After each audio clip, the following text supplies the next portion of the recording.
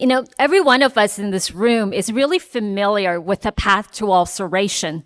We all know that diabetic peripheral neuropathy, specifically motor neuropathy, end up creating these foot deformities, right? That creates abnormal pressure when the patient starts walking on it. There's rubbing in shoe gear. And that combined with the loss of protective sensation, these patients end up with ultimately these ulcerations. So when we're dealt in the clinic, when these patients come in with these foot deformities, for those of us who are fortunate enough to have Tomigos, right, the Dr. Waynes, Dr. Freibergs, Dr. Shins, and Dr. Rasovics in the room, well, they can go do their magic and flatten out these deformities for us to recreate a foot. Same thing with Charcot. They'll do their surgeries and then create a plantar grade foot for us. But then what happens when the Flomigos or many of our colleagues from around the world that do not have the podiatric surgical expertise? So maybe for the next 14 minutes or so, we're going to focus on some super simple procedures that one can potentially perform to either prevent these ulcers from occurring or to help facilitate healing. First, let's focus on some of the soft tissue type procedures. These include the flexor tenotomy, which you've actually heard mentioned, as well as the tendo-Achilles lengthening. So the flexor tenotomy is a super simple, quick, less than a minute, that procedure that can be performed. Note that it's going to be for the flexible toe deformity with an ulceration at the distal tip or a pre-ulcer at the distal tip. Now, when we go and perform this, we want to obviously numb the toe with a digital toe block, prep the toe accordingly. And there's generally two ways. The way that I tend to do it is I get a small blade and with a small incision. So you want to place it by the sulcus of the toe area. So what you're focusing on is the tendon to the flexor digitorum longus for the respective toe. And by performing the tenotomy, then you're releasing that contracture to help decrease the pressure to the area to potentially heal the ulcer or the pre-ulcer. Another way to potentially do it is to use an 18-gauge needle. So you go in with that one, you don't need to suture. If you use a blade, you throw in a couple of sutures or one suture to close the incision. With the other one, you put it in and use that bevel end to do it. When I tried it, though, I'm kind of squeezing through. You're supposed to swavel it. For me, actually, it takes a little longer versus taking the blade. But for those of you who prefer the 18-gauge needle, that's definitely an option to perform the tenotomy. And once performed, generally the ulcer will close or the pre-ulcer will essentially disappear. Now, in looking at the data, this was a systematic review that looked at 4 databases, and they found 6 qualifying studies that consisted of 57 prophylactic flexor tenotomies, as well as 264 flexor tenotomies that were performed on toes with ulcers. And by looking at all the data, they noticed that the mean duration to the pre-op ulcer was about 208 days. The mean duration to post-op ulcer healing was about a month, about 30 days. The overall healing rate was about 97%, and the rate of reoccurrence was low at about 6%. And for the 57 patients that were performed prophylactically, meaning without the ulcer, possibly with a pre-ulcerative lesion, they remained ulcer-free. So the rate of complications was extremely low. As mentioned, it's very quickly performed, very easily performed. So the authors recommended the flexor tenotomy as a relatively safe and effective in the healing and prevention of diabetes-related toe ulcers. Now, when it comes to the International Working Group recommendations, where they conducted a thorough systematic review, by looking at that, they also recommended that same.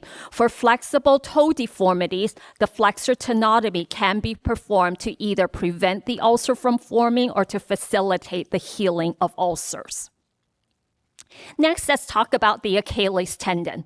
We're all familiar with the significant altered physical properties of the Achilles tendon in patients with diabetes. This is especially true in the cases of Charcot, where the difference in the tensile strength as well as the elasticity of the Achilles tendon result in aberrations of motion. Here's an example of one patient who's got Charcot. And as you can see from the picture on the top or up right corner, even though the patient is standing on the ground, the heel does not even touch the ground. You can see that in the correlating x-ray. What happens in these cases is then the weight of the patient's body is all forced to the midfoot area as well as the forefoot area.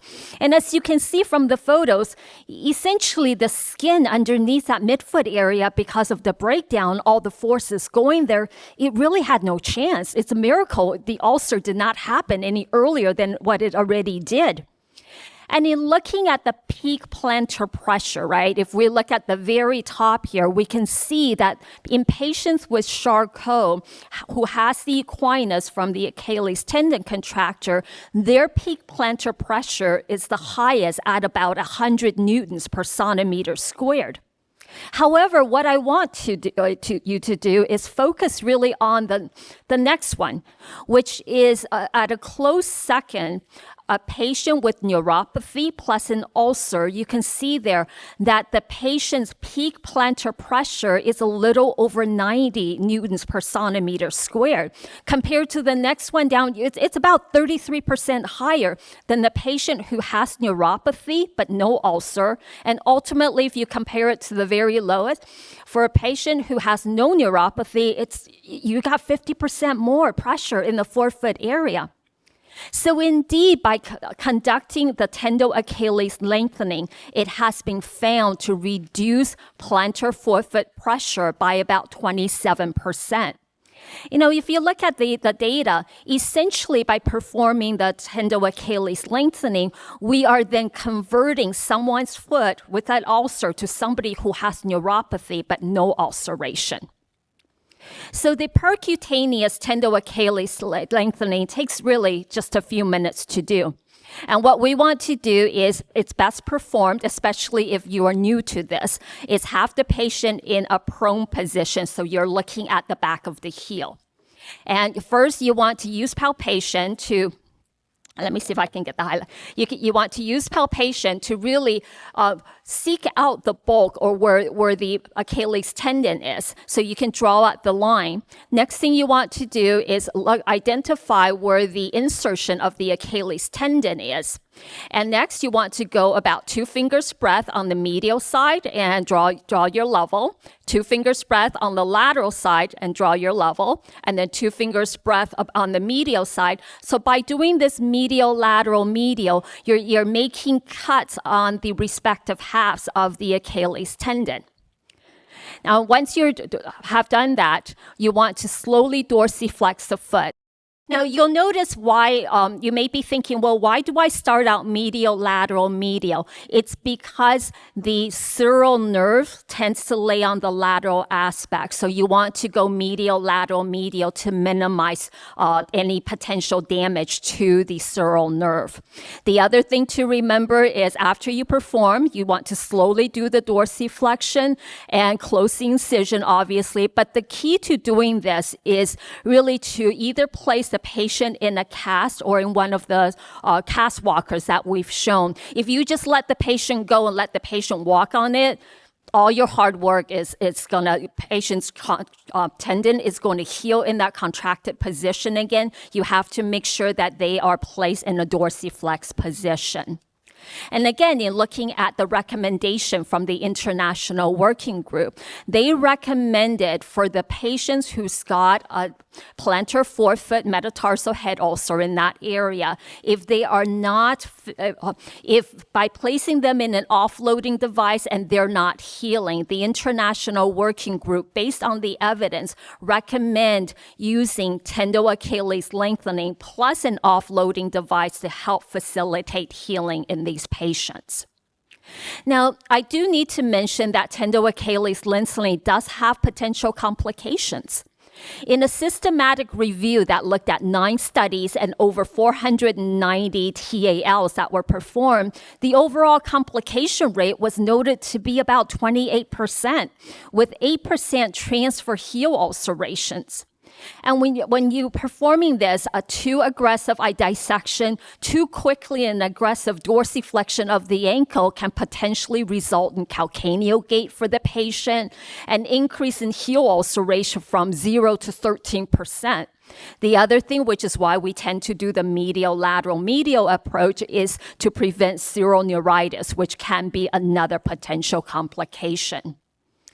Well, for those of us non-tomegos, for those our colleagues in the room who actually may want to venture into doing an osseous procedure, one simple osseous procedure that can be performed is the fifth metatarsal head resection. Now, here's a patient, interesting one that came in. You can see both the bony prominence that actually resulted in an ulceration on the lateral aspect of the patient's foot. Well, this patient actually underwent surgery to correct for the lateral deviation or that lateral prominence. However, the patient then, instead of having that lateral ulcer, it transfers so that now the patient has a plantar ulcer on the bottom of the patient's foot. Well, ultimately, this patient received the fifth metatarsal head resection to reduce the bony prominence. And in looking at the data, the fifth metatarsal head resection was found to result in faster healing at about 6 weeks versus about 9 weeks for those who did not receive the metatarsal head resection, along with fewer ulcerations, where those who received the metatarsal head resection, only 4.5% reulcered versus at about a 28%. And again, in looking at recommendations from the International Working Group, the fifth metatarsal head resection combined with offloading may be a potential way to help patients who have resistant healing by just utilizing offloading alone. Now, as we talk about these procedures, as simple as they sound, we need to, A, make sure that we have suitable patients for surgery, that they have adequate vascularity. We also need to make sure that these are suitable procedures. Some deformities are rigid, meaning you cannot reduce them, whilst others are flexible. So some can be reduced by soft tissue type of surgeries, whereas others will need bone type surgeries and may need to consultation with our podiatric surgical experts. Other potential complications, know that these reoccurrences occur. Even though we may perform these metatarsal head resections, bone will regenerate, and so know that these are not permanent. They're permanent in that they will last several years, but these there could be reoccurrence of these potential complications. Patient may develop a calcaneal gait if we are too aggressive or tendo-Achilles lengthening. And in thinking about the metatarsal head resections, we need to really respect the biomechanics of the foot, as transfer lesions can occur, as well as the deformities resulting in future complications. With that, I'd like to end with a quote from Dr. Larry Harkless. You see what you look for and recognize what you know. Thank you.